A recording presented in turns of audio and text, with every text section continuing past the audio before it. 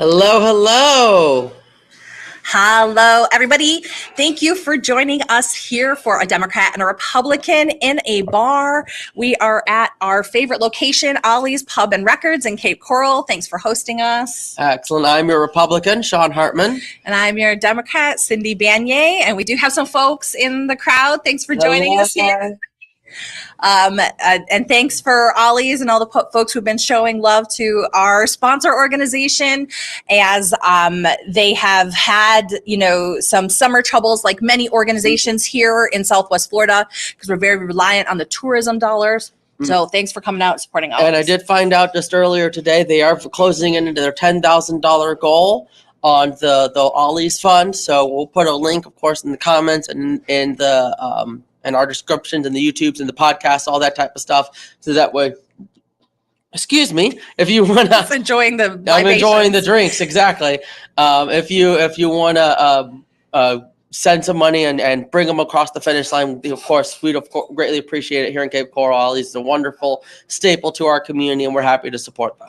Yeah, absolutely. Check out, they have some upcoming punk shows. Green Jelly, who's like the punk staple from when I was in high school.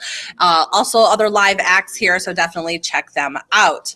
So we're going to dive in first. It's been a big week in politics for Florida and the nation around the Supreme Court decisions, actually the end of term for the Supreme Court. So all of their decisions for this session have come out. And also July 1st, all of the bills that were signed in this year's Florida legislature came into being. So we'll talk about those issues today. Yeah, a lot of stuff to talk about, and it's been a busy week. It's been a busy week for me as well. I do want to mention earlier this week, I was asked to serve as the communications chair for the Lee County GOP. Very excited to be asked that. I do have to be officially appointed. I do have to say that anything I say here is not representative of the Lee County GOP. It's my individual thoughts.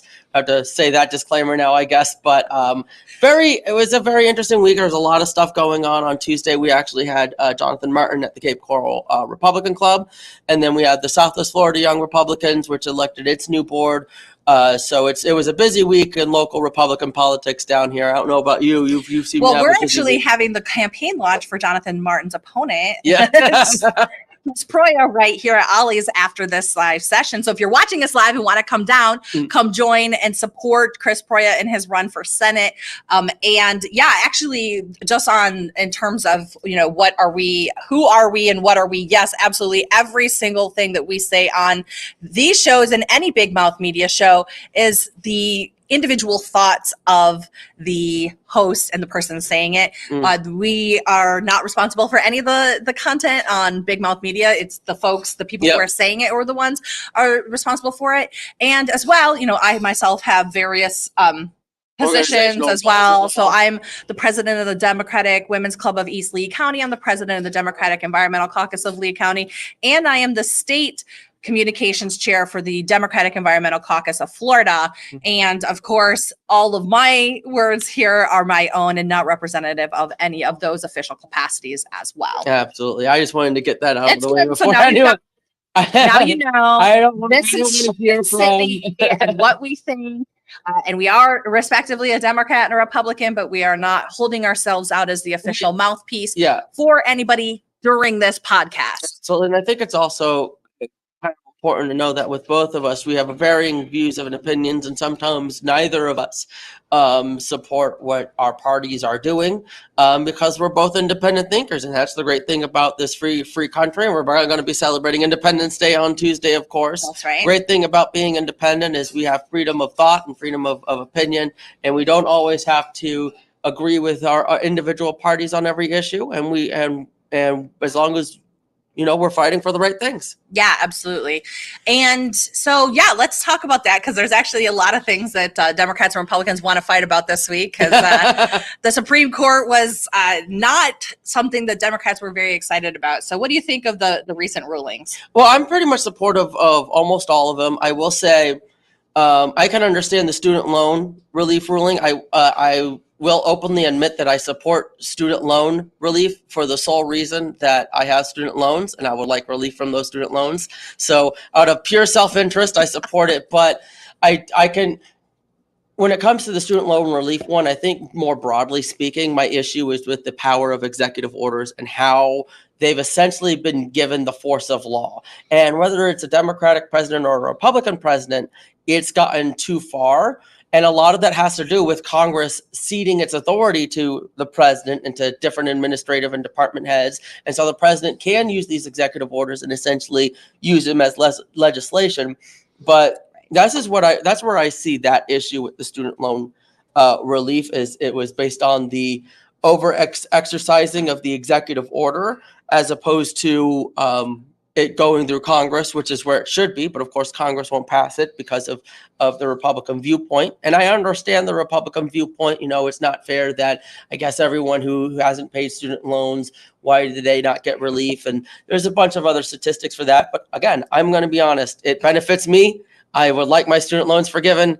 I support it. So that's basically pure self-interest. All right. So let me talk a little bit about that one as well. So yes, the Supreme Court overturned Joe Biden's $4 billion student debt relief act. It wasn't even something that went through Congress. It was part of an administrative act that through the Department of Education, he said these certain people, when they fill out this application, no longer have to be required to hold their loan.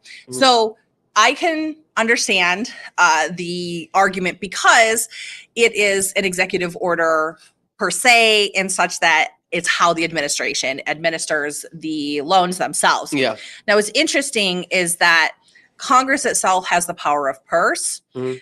And how is the relationship between Congress not necessarily making an expenditure okay, but rolling back this type of legislation? So it was a little bit confusing for me. And of course, the dissenting justices agreed that this was more politics than procedure, and it was somewhat flimsy grounds that they were even working on that, because they said in their ruling, the majority said that this had to do with how if it had been more explicit in legislation, it would have been okay. Yeah. But because it wasn't, and it was a significant enough change, it wasn't allowed. Now, what's interesting is what kind of future precedent this could have for other executive orders. Or if it will have any, or if this is just going to be a one-out shot in the dark. But basically speaking, the one thing that I hear all the time from Republicans when they talk about this is like, oh, it's fairness. Oh, people got, shouldn't they paid their loans back and they shouldn't, some people shouldn't just get a free ride. Let me say this as somebody who had student loans and paid them off already. Okay. Only because I was a super smarty pants and got scholarships for the rest of education. But not here in the United States. But so I'm paid off. So I am in that, that percent of people that would not benefit from this. I do think that we do need student loan amnesty. And this is because it will be an overall economic boom for us, because then folks who have been stymied from buying homes and starting families and, fixing up their apartments or whatever will be able to make those expenditures. Okay. So that is actually a very important thing in our consumer economy. And that's economically proven with data and everything. So, exactly. Yep. So that's actually what government expenditures do, is they are a boom for our economy. The other things that I think about is, of course, the PPP loans and how there were so many people who got PPP loans and they wanted, they maybe didn't deserve them, like Tom Brady or whatever, right? But here's the other thing. What I usually say is there are plenty of roads that are paid for that you will never travel. And that's the truth. There are highways across this country that you will never drive on, but that actually benefit you, right? So you don't necessarily know how they're going to benefit you because you're not following that logistics and supply chain. But, you may have ordered a product that came from California and had to be shipped over, right? So you may personally not be driving on that road, but you benefit from that. And same thing with education investments, right? You personally may not have taken that education, but chances are that your business or your employer is hiring and benefiting from people who got that education as well.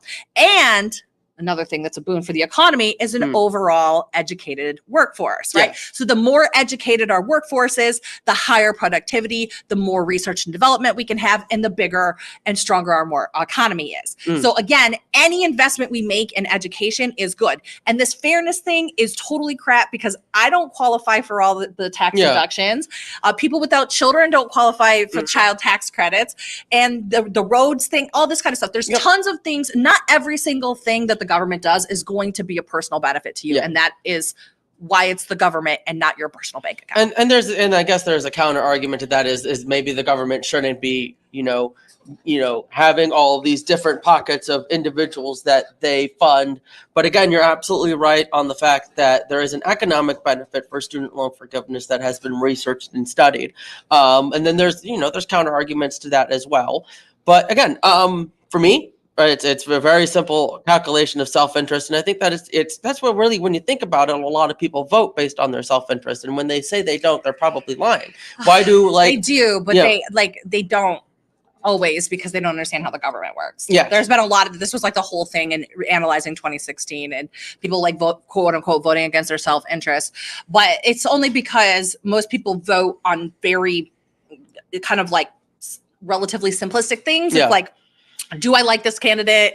Do I believe them? Or, do I like what they In reality, say? I really think it's more people. It's not even people vote for people. It's people vote against other people. I think people vote against other people, but it's also identity, right? Yeah. And I think this is actually particularly true with Republicans, and there Mhm. is data to bear that yes, out. Okay, yes. the Republicans hold republicanism and conservatism as a part of their identity, and they vote as such, right? So it's like they see things. So Yeah. the reason that Donald Trump was so popular with folks is because they like him because he's strong man, and they want to be like him because they want to be a rich man, right? Yeah. And so that's why they're voting for him. All the other stuff was just kind of part of it. Most people aren't policy wonks. Like us.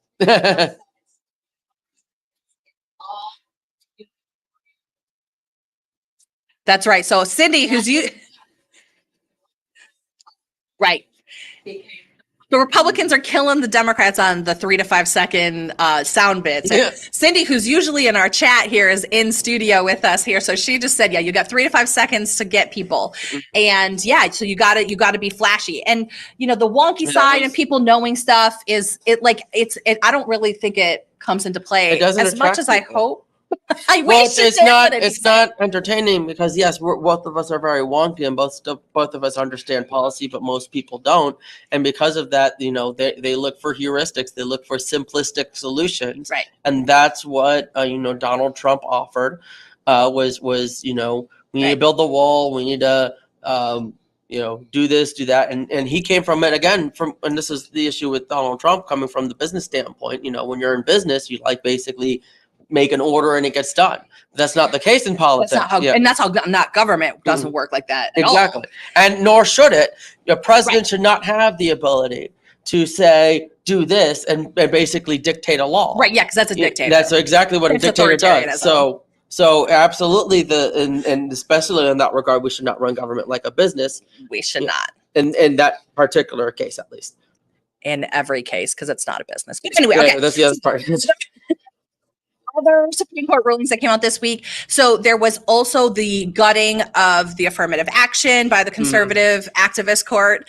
And this is something that had actually been tried for quite a few years. It's by the same law firm that had brought the case previously. They had been looking to try and overturn affirmative action, essentially race being used as one of the factors in decision making when colleges are accepting their applications. Previously, the plaintiff had been representing a white woman, and that was kind of like, but then they found Asian Americans as being a class of people that were unintentionally harmed by affirmative action that particularly supported Latinos and African Americans, and that came through actually. And so now it is no longer constitutional to use race as a component of consideration in admissions scoring. So the way that they actually weight it. So I already thought this was illegal. I could have sworn we had this Supreme Court case a few years ago. No, it didn't.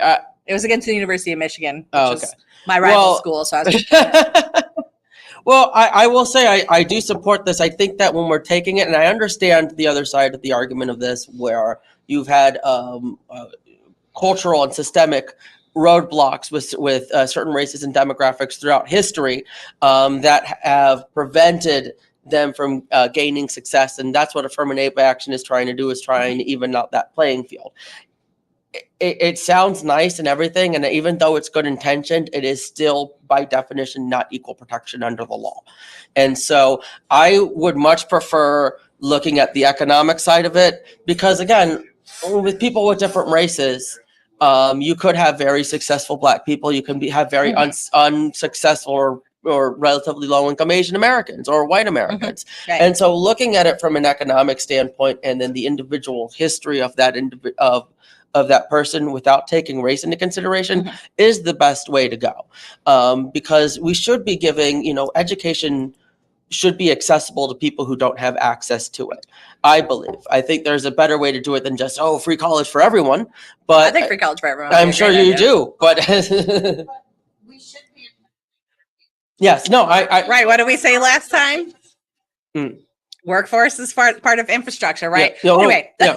And even Ron Our audience DeSantis, here is just even Ron resonating DeSantis with has supported funding for workforce development. So I 100% agree. So because we need workers, we need skilled workers. Very more importantly than just general workers, we need skilled workers to do technology, cybersecurity, all that type of stuff. And administration management is the largest persistent opening in Southwest Florida.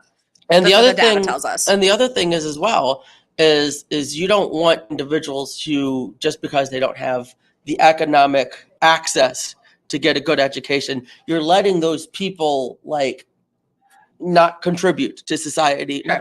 Maybe not the right word to use, but they have so much talent and potential to do so much, but because they're in a certain income situation or there's certain familial situation, they don't have that access. So we should absolutely increase access, but I don't think we need racial quotas in order to do that. I think there are other ways. Okay, we don't have racial quotas. Or racial quotas is a different thing. Okay. And this actually, let's explain what this is. So because people were starting to come after me because they don't actually understand how affirmative action works.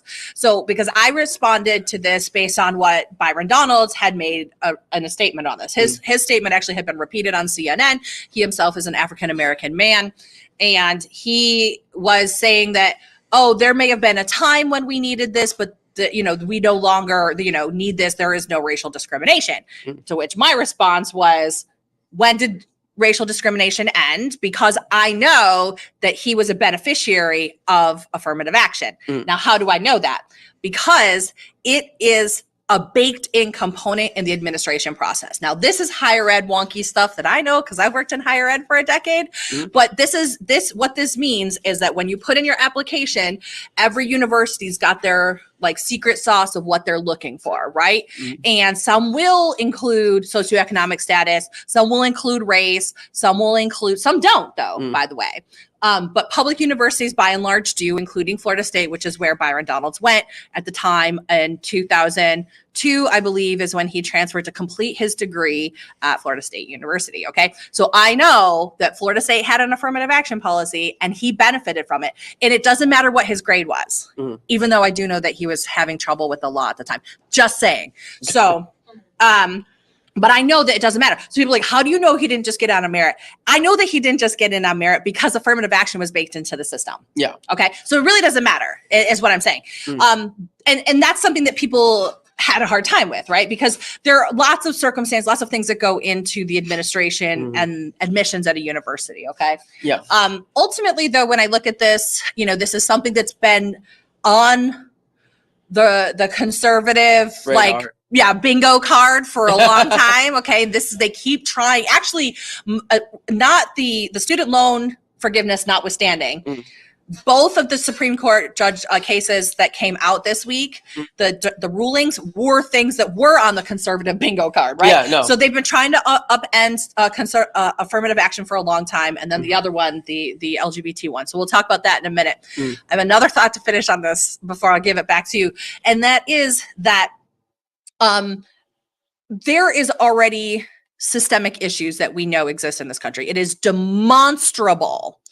it is demonstrable that we have racial gaps. Okay. We have high school graduation gaps. We have wealth gaps. We have pay gaps. We have housing ownership gaps, on and on and on. Okay. So race and racism and racial discrimination is not over. Okay. So this like long timey place where we need it and we don't need it anymore. That is actually now. Okay. The other thing that is interesting about this, I think, is some of the points that the plaintiff in this case for the I think it was called the Students for Equity in Education or something along those lines. They said that, and this is a fair point, that a very large portion of the Black students at Ivy League schools in particular, something like 80%, are wealthy. Okay. So, and that, it's probably quite different if they were pulling that from like all university students or public universities. But I think it's fair, like you said, to know that if you have just a solely race-based calculation, then yes, you're going to maybe unfairly privilege already privileged people. Okay. So that is something that I will see it, and I think that that's a fair point. And I do think that socioeconomic status is really important when we're talking about access, because obviously somebody who is wealthy has a lot easier time of getting into college or paying for college than somebody who is not. So a rich Black man will have a better opportunity. I would imagine would have a better opportunity at a higher education like Harvard than a poor white man. For sure. And so just they'll have easier time to pay for it, easier time to get in. They probably had access to tutors, et cetera, beforehand. So I agree with that. Now, the problem, of course, is that, yes, there is still a significant portion of people who will not have access to it. And I personally, and you can see some of my social media posts about this, I know that socioeconomic status is often a way to soften the discussion on race, right? Because it's easier to say, oh, they're poor, they have character problems, and they don't deserve it. Well, yeah, there are some Republicans who, which is so ironic because of what Christ says about the poor and what the Bible says about the poor. And it's very important because if you look at it, God is very clear that we are not supposed to mistreat the poor.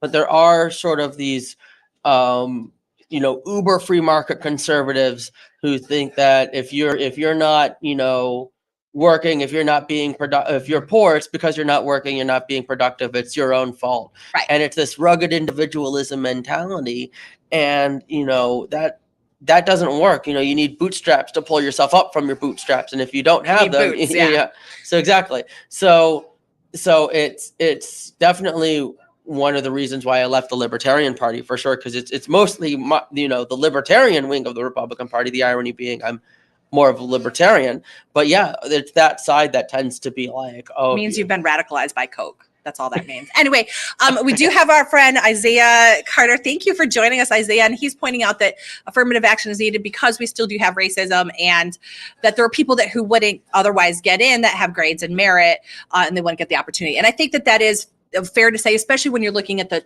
total number of students that you get have benefited from affirmative action in the long run. But then to counter that, then, as you talk about people who do have the grades and merit to go to college, what it sounds like he's saying there is that, so if he has the same grades as someone who's a white individual, or maybe less than white, then would he get the spot instead of a white individual or another individual? And that, I think, is wrong. I think it is, we would need all of them to compete equally. If Why we're doing it as that American, they're substituting one person for another? I'm just giving an example. I don't know. People say all the time, though. That's why I'm picking. Well, isn't there? Because that's not how it works. Okay, then explain it then. It's not how it works. Then how does it work? So the way that it works is that there's a certain pool of people that apply, right?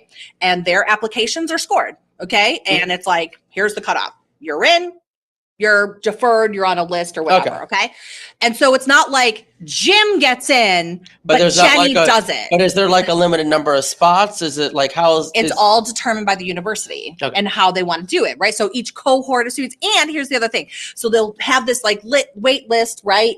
And as people, when they have their class, their cohort out there, as people accept, they'll maybe pull people in from the deferred list, right? So of the, how many number maybe only 40 or Yeah. 50% of those people will accept because Yeah. they may have gone to other universities. So this idea that it's a 1-for-1 or Okay. that a white student isn't getting in because a black student is getting in is not true. And to Okay. keep in mind that everybody is ultimately an individual, and it's a package. It's and universities come up with their own formula. So and what they would do is race would be one of the components that they would put in to come up with like a score of whether or not they got in or not. But and it's up to your essay and your scores and your grade and your school. The race, then in that case, I definitely do not think race should be an aspect of the score.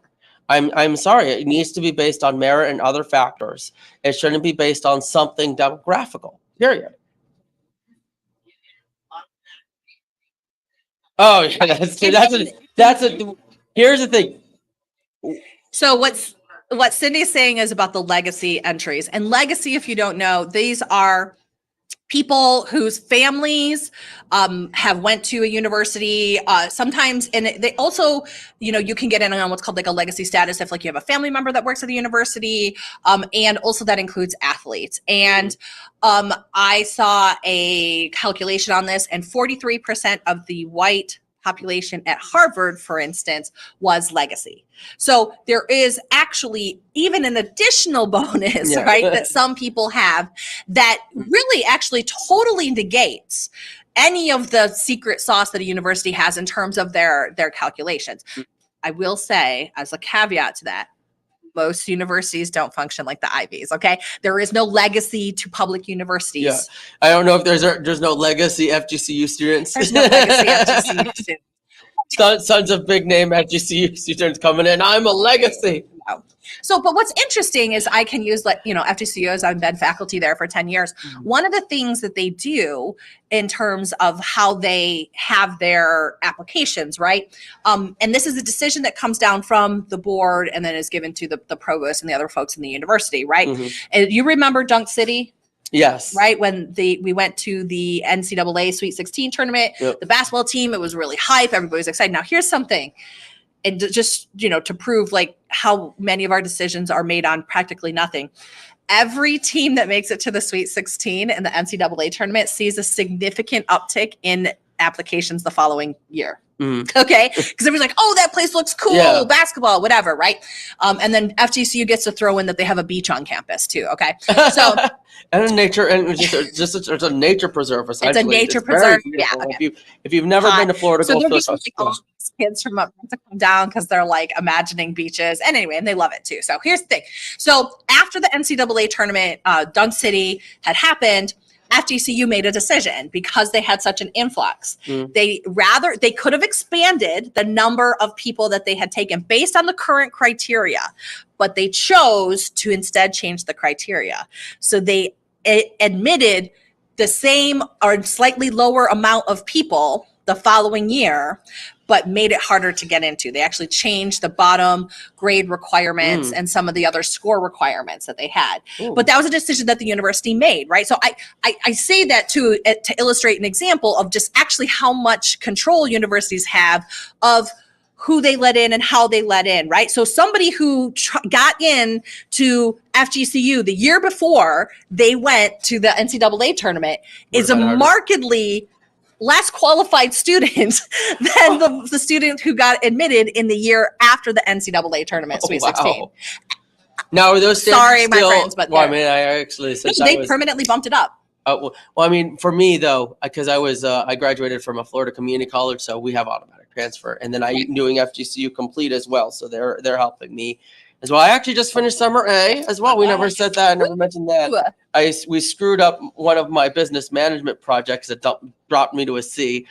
We ended up, so we had to do a paper, and then there was apparently another part of the project that our group did not realize. No, all 5 of us did not catch it, so we got a 40 out of 100, and it dropped my 90 to 100% score down to like a C, like a mid C. And then so we do have a question. Isaiah says, do you think that you will see fewer people of color in higher education? I don't because I think that It's possible, but I think that there's a lot of value, especially in minority communities, about education. That it won't be that much of an issue, and the people who are in need of affirmative action would be the ones with economic struggles anyway, and so they'll still, assuming those quotas go in, There's no quotas. or not quotas. You're right. Whatever word I should be using instead, Quotas is whatever. like a specific number. You're right. You're right. Okay. You're right. What I mean is that whatever conditions they're going to use in order to address socioeconomic, I think that will close that gap. You might see it for a number of reasons other than affirmative action being eliminated, just because I do think that you're seeing with young people a distrust of higher education in general and trying to see alternative routes like trade schools. I swear to God, if I hear somebody talk about fucking trade schools, yeah. Why? What's your problem with Okay. trade schools? We have them. They're Yeah, I know. here. I know. People go to them all the fucking time. I know. And I just like, it's I'm like, not- it's yeah. the fucking panacea Republican answer to everything. Oh, we need No, more it's- trade schools. The fuck we do. No, we do. No, you're right. Here, If yeah. people want to go, we'll never go. No, you're right. And Lee County in particular, we have yeah. Yeah. I'm not saying that we need more trade schools. Let me be clear about that. Let's be clear about that. I think we do have. I'm just like, we have- I'm getting to you because it's like, this is like, people say this all the time. Oh, we need more trade schools. This is what I'm saying, friend. This is Coke radicalization. Okay. Because they say this all the time. Oh, we need that. Okay. Well, which trade schools? Which ones? Which Well- ones are the industry needed? Which ones? my match with problem- their and local I'll- economies? Oh, because I did the research, but what do you think? I would say Which health trade school? here in Lee County. I would probably say healthcare instead. Childcare. It goes to trade school, by the way. CNA. Good point. Yes. CNAs go to trade school. It's a 6-week program. And here's what's fun. We actually graduate more than enough CNAs to fill all of the residual opening positions here in Southwest Florida, year after year after year. Yet we have hundreds of openings. Why do you think that is? Oh, it's too high of a price to live here. Nope. Because here's the thing. It's not the pay. Oh, she is. Okay. That's part of it. You're poking on the right bear. Cindy said it's the pay. Here's the thing. We actually have more than enough people graduating from trade school, in particularly in the healthcare sciences around CNA and a medical assistant. Okay. Mm. Here's what happens. They don't get hired. Why don't they get hired? And here, I'll even throw it in because you said that people can't live here. The vast majority, 90% of the people that go to trade school actually stay and continue to reside in their home area. Whereas people who go to 4-year higher education institutions have a tendency to leave their areas. Okay. But technical school students stay right in their area. So assuming all of those students who graduated with CNAs graduated and stay here. So why aren't they getting hired? Why aren't they getting I hired? don't know. That's why I'm That's asking what you. I asked the HR at Lee Health, and they scratched their head. And I said, I wonder if it's something about your HR process when you're introduced to these candidates that might be latent that keeps you from wanting to hire these candidates. As if there's a discrimination for trade school students. No. It's a discrimination against Black and brown and poor candidates because I've been told they do not quote present well and they don't quote fit in with the culture. Ooh, that So- I don't know any confirmation of that. So And every time Cindy's talking about CEO bonuses. Yeah. Oh. So Well, here's the thing. this is a conversation. So what I'm saying is racism is real. Racism happens. It's demonstrable with data, and this is one of them. So people, and like I said, I have done the research. I've done it here in Southwest Florida. I've done it for a very long time. I know the gaps that exist, right? And people who say this, like, it drives me bananas because it's actually not true. We are graduating. We could put 150 more students through a year, and we still wouldn't solve that problem because the problem is not education. I say it's not possible. We don't have racism anymore. Right. Well, No, let's be Isaiah, clear. please Let's go be- ahead and call our friend Byron Donalds and let him know that. Look, we'll be on it. Look, obviously racism is still an issue. I don't know. He's going to call him too.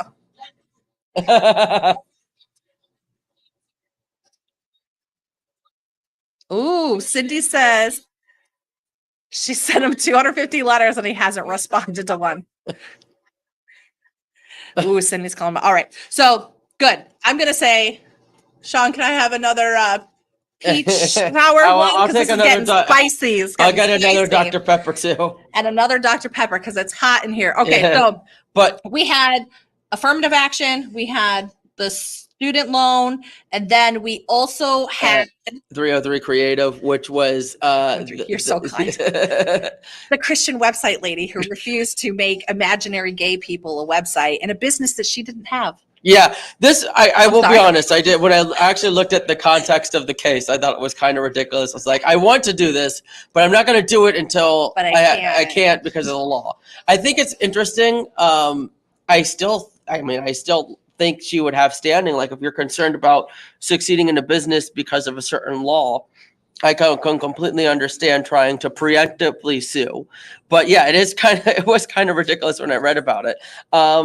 I did actually read the opinion of that case, and what I found interesting is they're arguing it from a free speech stance, and I even Right. Yeah. So when you think about it, again, like I'm. It's well established that I am pro LGBTQ plus more than most Republicans. I am, generally against homophobia and transphobia. At the same time, I do support our Constitution and the freedom of speech. And even though I don't agree with what she is saying, or what she is not wanting to say, rather, I don't think that the government has the ability to compel her to say or create something that goes against her personal beliefs. And so that's just my position on it. Do I agree with her personal beliefs? No. And she has even said that she apparently has LGBTQ clients, that she just won't do a wedding or a marriage website, which also, let's be clear, a wedding or a wedding itself is not a person. A wedding is an event. The same-sex individual, the gay individuals, they're the individuals who are protected. So I don't see a wedding as even though it's not something I would do, I don't see it as a form of discrimination, like she's not taking clients who are gay for everything, if that makes sense.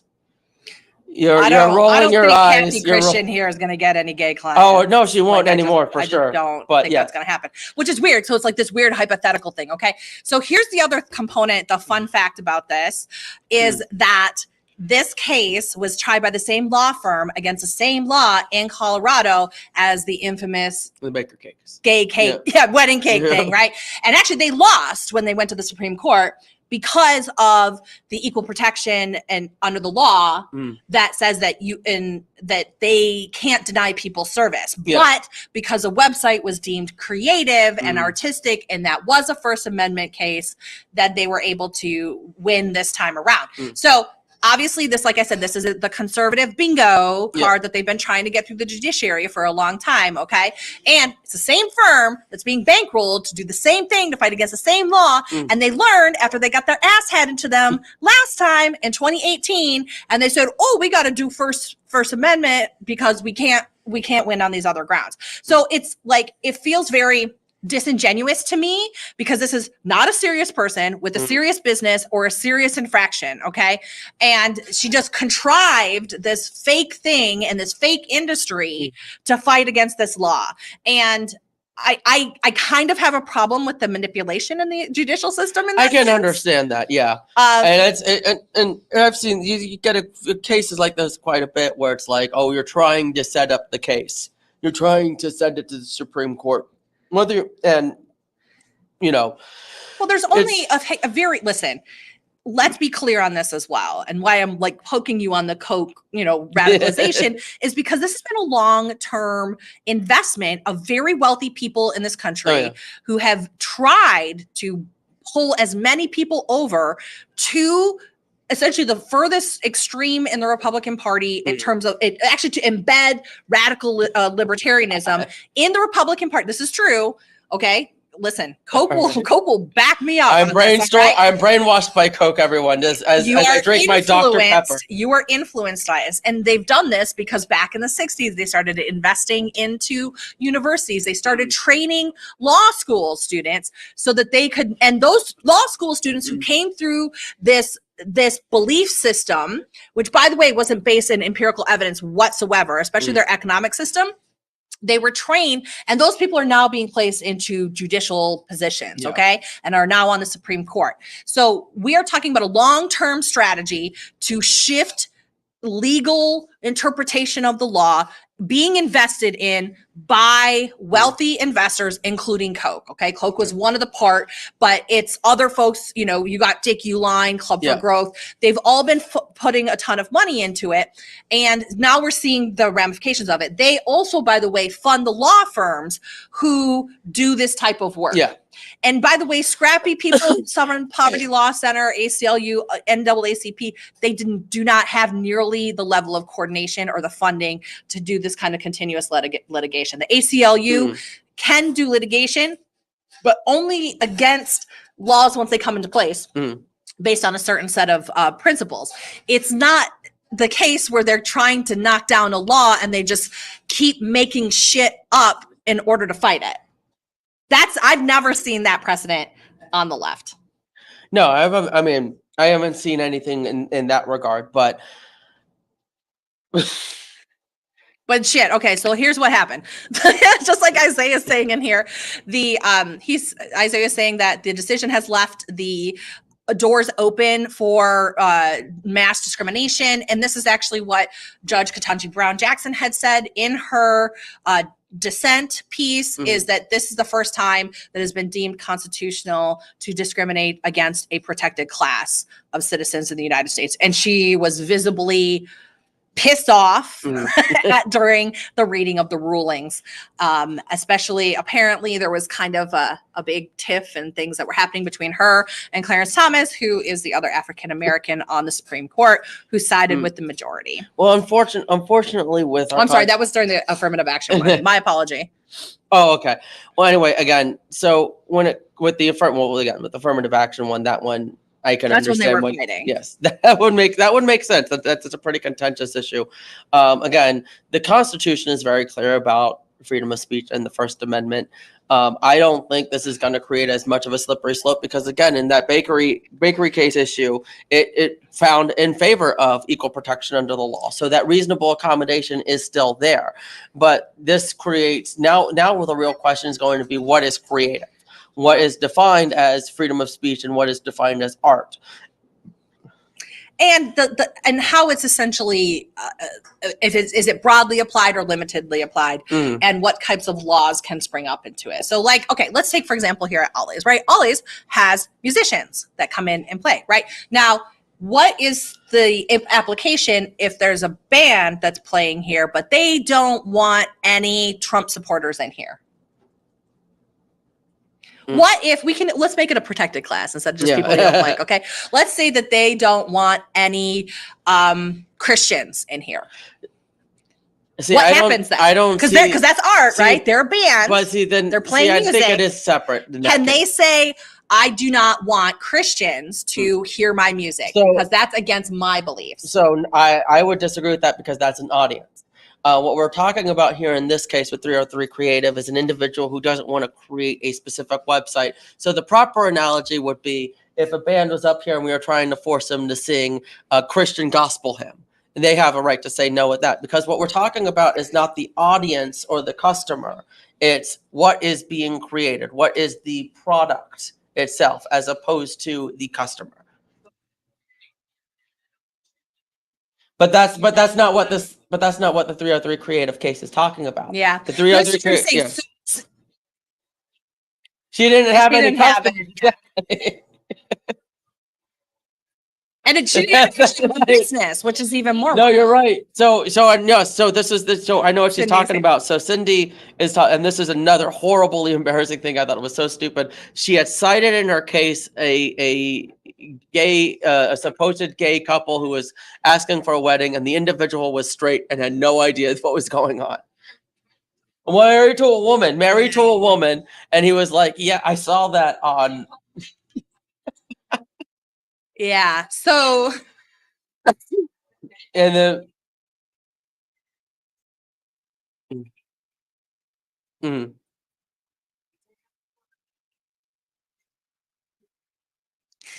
Yes, Sydney's like she lied. Yeah. Yeah. Yeah. Woo. So it's very tough. Well, and that's, I think what it comes down to is we're gonna have to see how it's applied, right? Yeah. If it's narrowly applied or broadly applied, or is more a correct metaphor like if the band doesn't want Christians, what's the owner's obligation, or can the owner say we don't want that, or whatever, you know what I mean? Again, I don't it's even hard think to say because we don't know and I don't broad think it's your gonna be. analogy is even, again, I disagree with your analogy because what it's talking Because you're about looking is at consumers instead of no, clients. I think you're looking at the consumer as opposed to the product. The creative is about the product that is being created.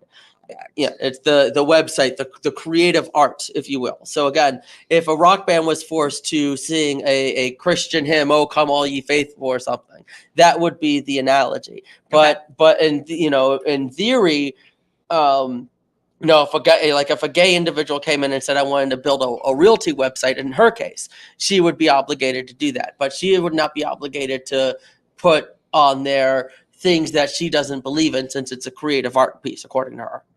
Okay. This is And a producer, and Isaiah is absolutely right. A producer can refuse to produce a band music because it has pro-Christian lyrics.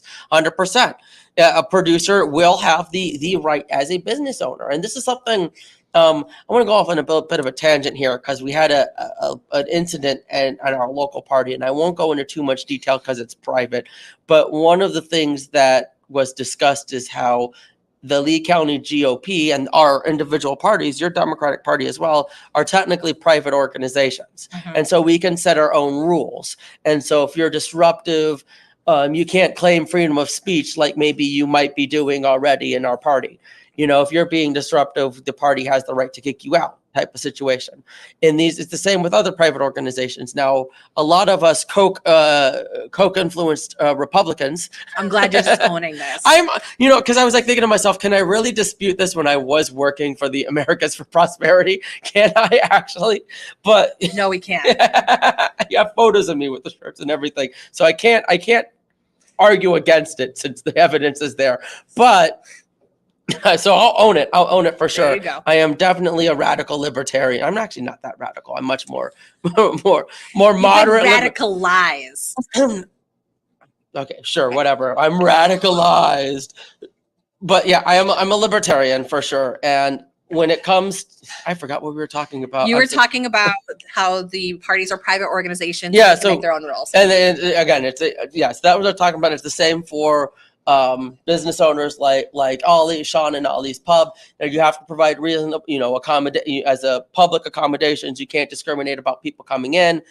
But again, Ollie can't force a musician to play something, but at the same time, he doesn't have to have, or Sean rather, who owns Ollie's, he doesn't have to have a band that plays something that he doesn't like. So if some Christian band or one comes in and is like, I don't want to have that play here, he has every right to say no.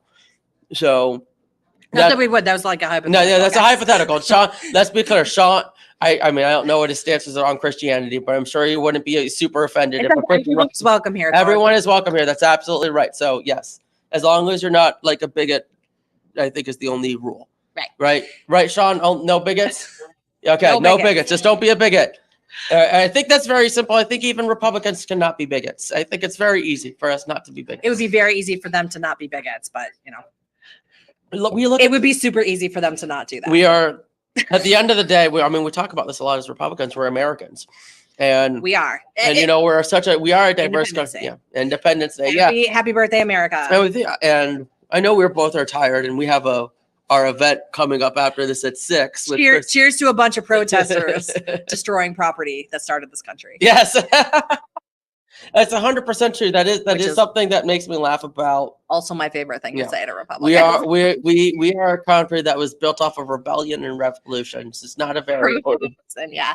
So, okay, just to wrap up. So we did want to get into the, because it was July 1st. And so all of the laws that were passed by the Florida legislature went into effect. We'll dive into that next week because there's a ton of them, over 200 laws that went into effect.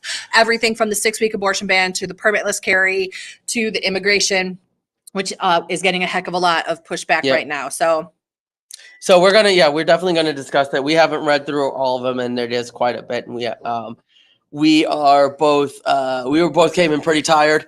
We've both had a very busy week, and then we're having, of course, Ollie's is having Chris Proya's campaign event Right. in about 45 minutes. Yeah, there's still time for you to come down and if you join want Chris to come- Proya as and a it's launch supposed- for. And it's going to be a comedy show or something too, Yes, right? and there's a comedy show coming. So that sounds pretty cool.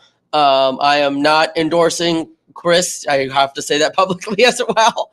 But and I'm friends with John and I'm friends with Chris. I have good relations with a lot of people. But we always agree that people should be participating in our democracy. Exactly. That Yes. means running for office. That means getting involved with your party. That means becoming aware of the issues. Yeah. Becoming aware of what's coming down from the Supreme Court. Who's running for president? What's going on? We always appreciate that. And when everything's above the board, I think we can agree that it's very important to stay active. And in regards to that, I actually want to say one more thing, both for Republicans and Democrats. Definitely look into joining your local parties, whether it's the REC, DEC, or if you're out of state, they have different versions of that as well. That is a wonderful way to ensure that you're involved and get connected to the people who are in power, the elected officials, the people around you. So it's how I got started. It's how I got all the connections that I was able to get, was just starting out as a little grunt worker 10 years ago with the Republican Executive Committee working on campaigns. And that's how I met people. That's how I rose up. And you'll be surprised at how quickly you can get a great network of people. And especially if you have very good ideas within your party, they could probably, and especially if you're like a Democrat down here, I'm sure they'll ask you to run. Republicans, not so much. Republicans, we have our set people who, people will run who've been groomed. They've been Well, groomed. that's what I'm kind of hoping with this communications chair thing. Maybe I'm next in line. Listen, they groomed Jenna for 10 years, okay? Before she was ready, really ready. Yeah. Anyway, speaking of groomers, so, but I would say if you're— That was good. I'm sorry, that was good. If you're a Democrat, there's a ton of different options if you're a Democrat, because we can't agree on anything. So there's the Environmental Caucus and the Women's Club and Hispanic Caucus, LGBT Caucus, and the Black Caucus, and the Disability Caucus, and the Education Caucus, and the Veterans Caucus. And so there's a place for you, no matter what your issue is, if you want to get involved in Democratic politics across the state of Florida. Yes. And we'll say, it doesn't matter what Rick Scott says, Democrats belong in Florida just the same as anybody else. Well, yes, I'm not. I don't oppose. I don't support kicking Democrats out. I support speaking with them. Whole thing. Yeah, we had a whole discussion about this before. But the episode about Christian Ziegler's statement about destroying the Democrats. Yeah, go back and watch that one. Anyway, so thank you so much for joining. Thank you, Isaiah, for your love and flowers today. I appreciate that.